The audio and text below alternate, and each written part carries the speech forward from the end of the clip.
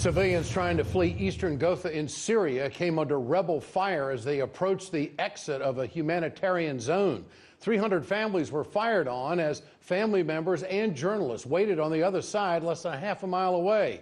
It is unclear tonight how many people may have been killed or injured.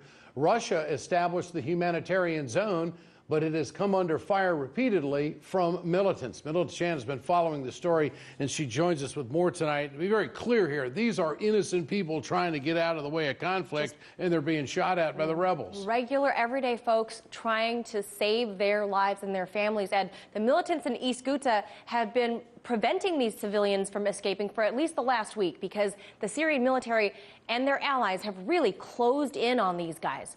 Militants getting desperate, losing ground, turning to using human shields as a last resort. With nearly 500,000 townspeople still trapped in the area, the militants have imposed a curfew in the areas that they still control, publicly punishing any who disobey. This tactic is to instill fear to keep those civilians from fleeing. A Russian soldier on the ground describes the incident.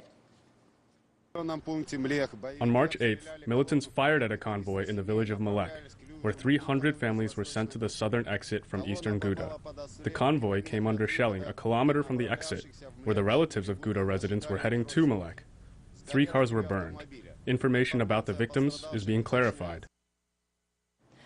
Now, Ghouta is one of the few remaining rebel-held territories. As of now, that town has been bisected by the north and south by Syrian forces. Rescue workers, though, are claiming the area was recently hit by a chlorine attack Wednesday night, leaving at least 50 people affected. It's unclear, though, where this alleged attack may have come from. The Syrian government already firmly denying any wrongdoing here and believe the rebels are behind the attack in order to frame the government as the U.S. continues to back the FSA and other rebel groups.